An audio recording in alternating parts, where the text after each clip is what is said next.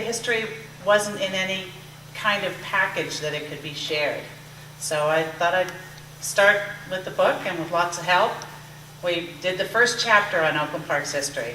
So hopefully from here we'll get more people to bring their pictures, their information in, and do a bigger and better collection for the second time around. So I think we've sold over 100 books now. From the publisher, we've sold over 800 books. And if we keep doing things like that, and the event today where we sold food at the yard sale, and keep doing what we can and attracting new members and bringing some more money in and working with the city to get the preservation ordinances written and do what we can to protect and preserve the history of Oakland Park, and then be able to share it with the rest of the city. Fred is the Vice President of the Oakland Park Historical Society. Thank you. I see Susan Gill is sitting out there. Would you like to come up and speak on that? Well, thank you, and it's a pleasure to be here today on this beautiful day. And isn't this a great facility? I'm so glad that the city acquired it. Well, I think it's wonderful the progress we're making with historic preservation.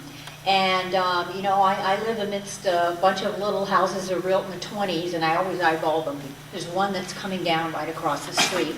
And, that's so much a part of the character of our community. It gives a quality of life. And we all know it's a hard sell, but we always have to sell it. Not just the collecting of history, which is very important, but the sharing of it through things like this book, which I think is super. In pushing for preservation and realizing it's not an impingement on property rights, that it can be an enhancement to your community. And I really advocate for it everywhere, as we so lose the past and those qualities of the past that we consider to be positive.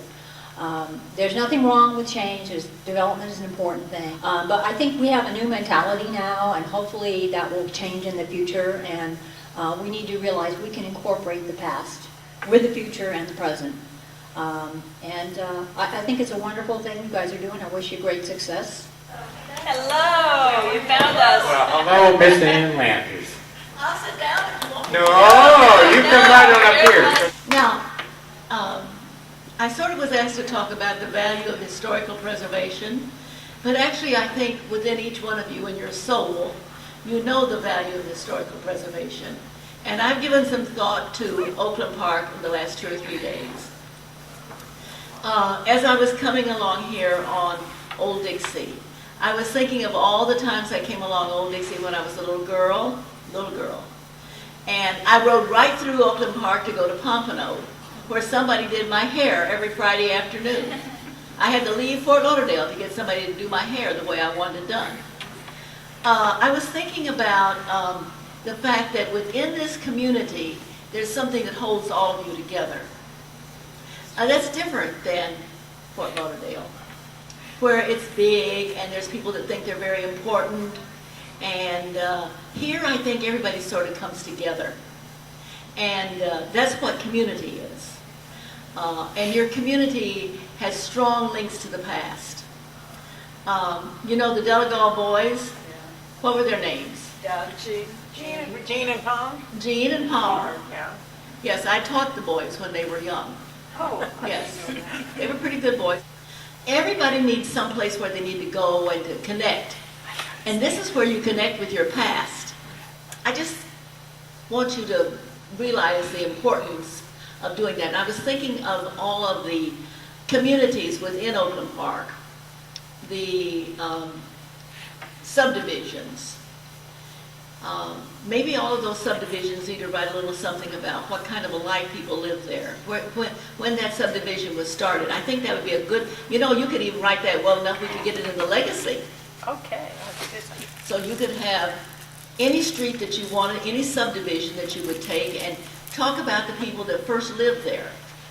And write about the type, you don't have to write every word, but think about the type of house they lived in. And who came there. Even before there was an Oakland Park, there was a Florinata. And that was all connected to wealth of the early 1920s And when the boom burst, Florinata disappeared, and out of the dust rose Oakland Park. So I encourage you, you have a wonderful old auditorium on the National Register of Historic Places here. Once a year you should have a program there.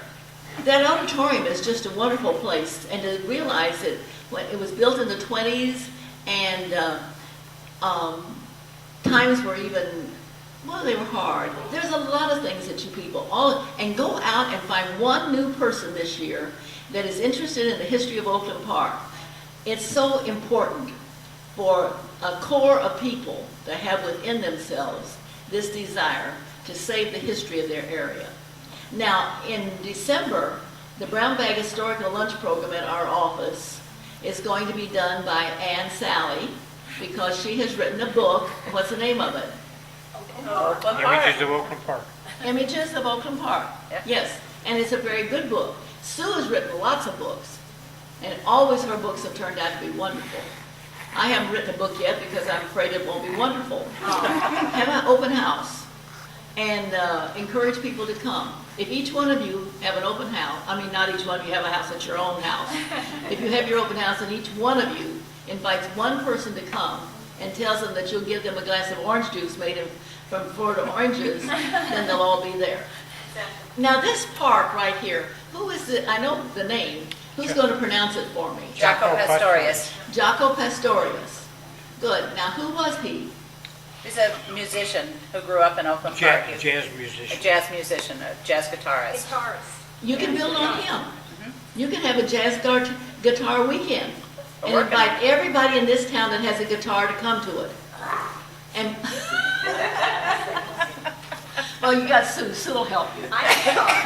So thank you very much for asking me, and I'll come back some other time and be more intelligent. Oh, you did great.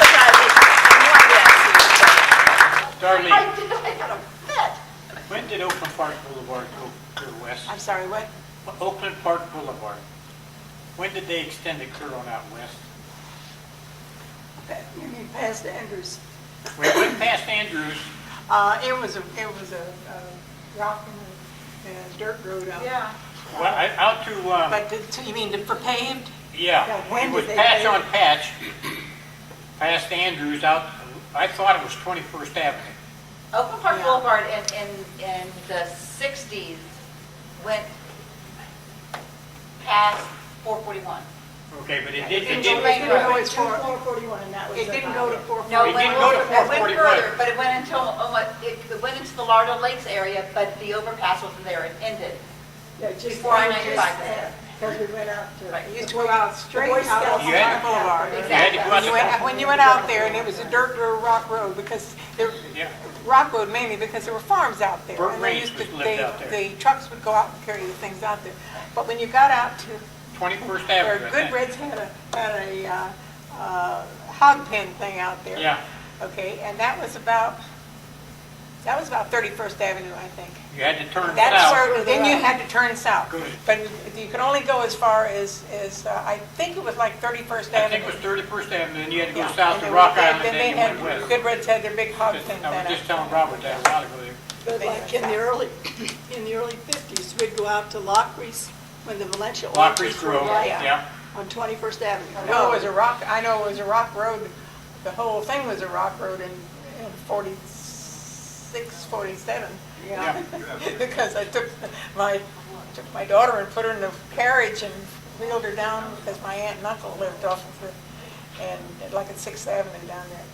And I came home and she cried and cried and cried and cried. She was only about 3 months old. And I took her to the doctor the next day. What's wrong with this child? He asked me what I was doing. He says, she's sore. You went home. I was shaking like that because it was not pain. It was rocks.